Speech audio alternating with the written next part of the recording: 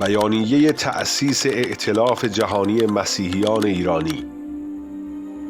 ما اعضای هیئت مدیره ائتلاف جهانی مسیحیان ایرانی با استناد به مفاد اساسنامه این ائتلاف و بر پایه رأی رسمی مجلس مؤسسان در تاریخ 4 آوریل 2025 تأسیس این نهاد بین المللی غیر دولتی و داوطلبانه را به طور رسمی اعلام می‌داریم.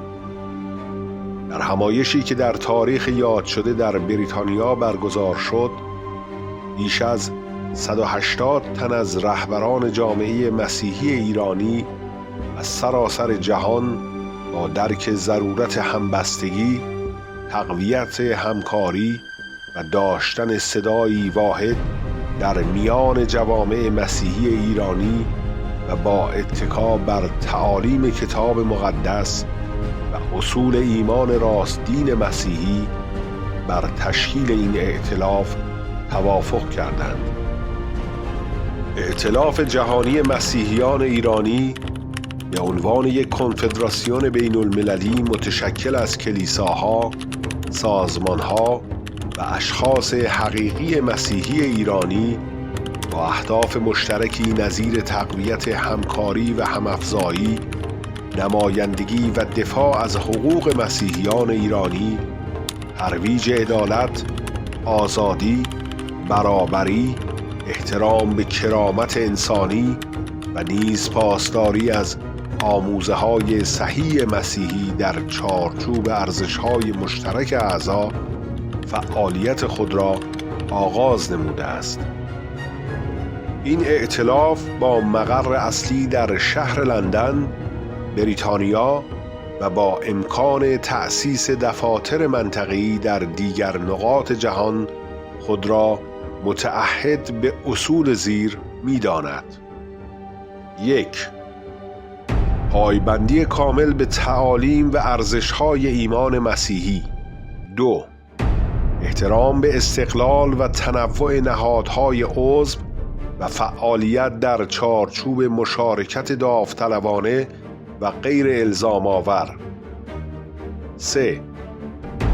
حمایت مؤثر و مستمر از حقوق و آزادی‌های دینی مسیحیان ایرانی در سطوح ملی، منطقه‌ای و بین المللی. 4. تقویت همکاری و گفتگوی سازنده میان کلیساها و نهادهای مسیحی ایرانی در عرصه ملی و جهانی. 5. ایفای نقش فعال در تحقق مأموریت کلیسا در خدمت مؤثر به جوامع پیرامون. ساختار سازمانی ائتلاف شامل کنگره به عنوان مرجع عالی تصمیم گیری، هیئت مدیره به عنوان نهاد اجرایی و کمیسیون‌های تخصصی به عنوان بازوهای عملیاتی خواهد بود. تمامی فعالیت‌ها بر اساس مفاد اساسنامه مصوب و با شفافیت و پاسخگویی کامل انجام خواهد شد.